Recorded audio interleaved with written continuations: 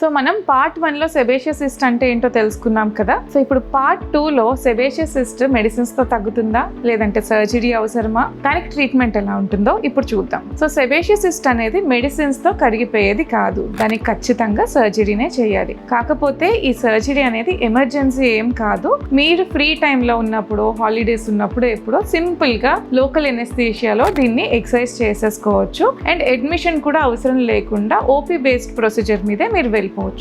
కొంతమందికి sebaceous cyst లో infection వచ్చి పస్ అనేది ఫామ్ అవడం జరుగుతుంది. సో ఇలాంటి సిచ్యుయేషన్స్ లో మాత్రమే మేము ఎమర్జెన్సీ సర్జరీ చేస్తాం. అంటే ఆ పస్ అనేది ఇన్సిషన్ అండ్ డ్రైనేజ్ చేస్తాం అనమాట. ఒక్కొక్కసారి ఆ ఇన్ఫెక్షన్ సరౌండింగ్ టిష్యూస్ కూడా బాగా స్ప్రెడ్ అయి ఉంటుంది. అలాంటప్పుడు ఇన్సిషన్ అండ్ డ్రైనేజ్ చేసి నెక్స్ట్ స్టేజ్ లో సిస్ట్ ఎక్సిషన్ అనేది చేస్తాం. ఇన్ఫెక్షన్ మరీ అంత ఎక్కువ స్ప్రెడ్ అవ్వలేదు అనుకున్నప్పుడు మనం సేమ్ స్టేజ్ లో సిస్ట్ ఎక్సైజ్ చేసేయచ్చు. కొంతమంది నన్ను ఏం అడుగుతారంటే, దాన్ని ప్రెస్ చేస్తే అందులో ఉన్న కంటెంట్స్ బయటకు వచ్చేస్తాయి కదా, మరి అలానే వదిలేయచ్చు కదా, దానికి సర్జరీ ఎందుకు అంటారు. సో ప్రెస్ చేస్తే కంటెంట్స్ మాత్రమే బయటకు వస్తాయి తప్ప సిస్ట్ వాల్ అలానే ఉంటుంది. కాబట్టి ఈ సిస్ట్ అనేది మళ్ళీ ఫామ్ అయిపోతుంది అండ్ రికరెన్స్ వస్తుంది. అందుకే రికరెన్స్ ప్రివెంట్ చేయాలంటే కనుక మనం entire cyst wall complete excision చేసుకోవాలి.